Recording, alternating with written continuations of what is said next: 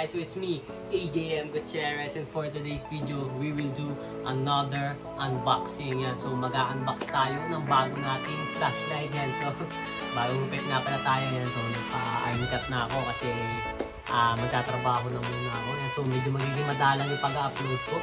Pero pipilitin natin yan. So ito nga pala yung parcel natin. Yan. So nakita yung picture niyan. Yan. Mura lang. Napakamura mga idol. Yan. So kung sino yan, lalagay ko yung link sa ibaba, tapos pinutin nyo na lang. And panoorin nyo itong review na to para makita nyo kung solid na ba talaga yung parcel na yun.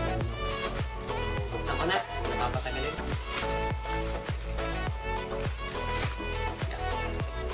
Sobrang sarap talaga sa pakiramdam kapag nag-unboxing. Maliit lang ito na flashlight, yan, so portable, emergency light.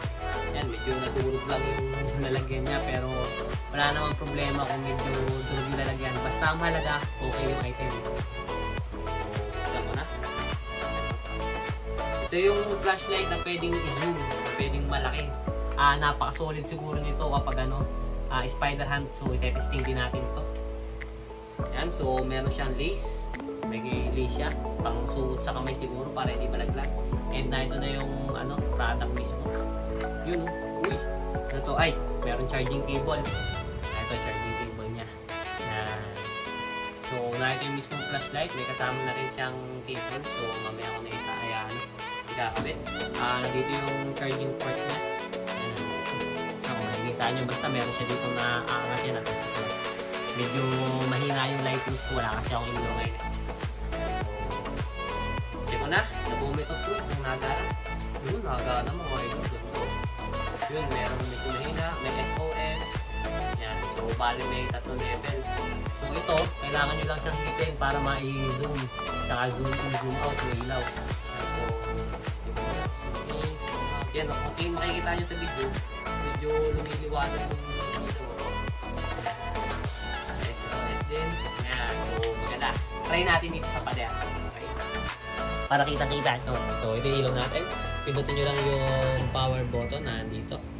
Yan. So, kung makikita nyo na ito siya. Okay. Yun o. Liwanag o. Pag ganito ka yung pagka naka-close na ganito yung nakasagan. Yan. Maliwanag siya. Yan o. Malawak. Pero pag hinigit ninyo, yan, lilinis ka. Yan. So, pag malayo yung ninyo, malayo ang range nito. Kapag yung ganito, malayo yan, pwede nyo iset kung gano'n kalaki gusto nyo. Maganda ito sa spider hand kasi masusukat natin yung yung size ng bilog yun. Ganda nito guys, grabe to. Yan, so testing natin sa dilim. Yan. So testing natin sa dilim kung quality nga ito. Yan, so testing natin ng walang ilaw. Yan, dito tayo. May lababo namin. Yan, yun o, liwanag, kitang kita. Yan, i-zoom out ko yan. Napapaliit. Yan o. Yan o. Yan. Ganda ilaw Kasi si Papa ilawan ko yan o. Huli ka! Yan o. Ganda o. Yan o, maganda dito. Pwede mo yan i-zoom. Yan o. Yan o. Pwede mo siyang i-zoom. Focus. May focus. Ganun. Pag zoom lang, pag malayo, medyo lalabo siya. Pero pag ipinukos mo yan o, sobrang liwanag yan o. Ayos to, ayos. Pwede to sa spider hand. Yun guys, tingnan natin sa labas, quality dito guys, napakaliwanag talaga ng ilaw nito. Yun ang laki ng sakop tingnan natin, palitin natin yung focus. Yun layo ng nararating.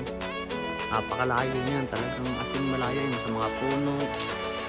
Yun ganda nito sa spider hand. Lawak Yan guys, so nakikita nyo naman. So quality yung ilaw natin. Yeah. Ayun. Ito ako pumiyaw ko. Ay, medyo mukha magnanakaw. So, swabe yan. So kapag sinusum lang siya, kapag yung ganito, yung malaking liwanag, kapag nakaganon siya is,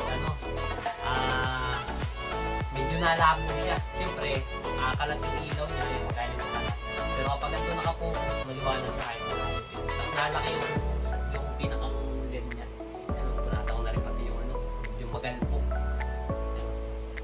Yan. So kapag ganyan, naano naman siya, na-adjust. Kayo nang bahalang mag-adjust kung anong trip nyo. Maganda dito kasi kapag mag-spider hand kayo, syempre syempre, kapag yung malapitan, yung sa dinadaanan yung nakaganyan tayo, naka-zoom, ano, para sabog yung ilaw, kitang-kita niyo yung dinadaanan yung tsaka yung malapit sa gagamba. Tapos kapag medyo may nasipat kayo sa malayo, medyo dito ninyo, yan, tayo nyo na. Madali naman eh, kaya kaya nung kami na una,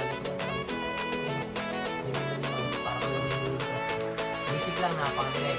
So, kung i-rate ko itong flashlight na to, para sa presyo nito, below 100 pesos ha, wala pang 100 pesos kasi may free shipping din yan. So kung i-rate ko itong ano na to, itong flashlight na to, siguro sa out of 10 siguro 9 kasi hindi ko pa susubukan yung battery, so kung tatagal ba siya. Pero suggest ko lang kung gagamitin nyo yung ganito sa spider hunt or sa camping, dapat palagi kayong may dalang power bank kasi ako kadalasan ginagawa ko habang nag-spider hunt ako, naka-charge. Ginagamit ko siya na naka-charge para walang lubat-lubat. Kung malakas yung ilaw, connected siya sa power supply. Gamit na gamit. Pwede pa rin itong pang-vlog. Pero, yan, hindi natin kailangan yan. And so, kung nagustuhan mo itong video na to at ang honest review ko, yan, so please like, share, and subscribe for more videos. So, abangan ninyo, gagamitin ko ito sa spider hunt yan. So, sa mga susunod na vlog natin, ito ng flashlight nito ang gagamitin natin. So maraming salamat guys. Thank you.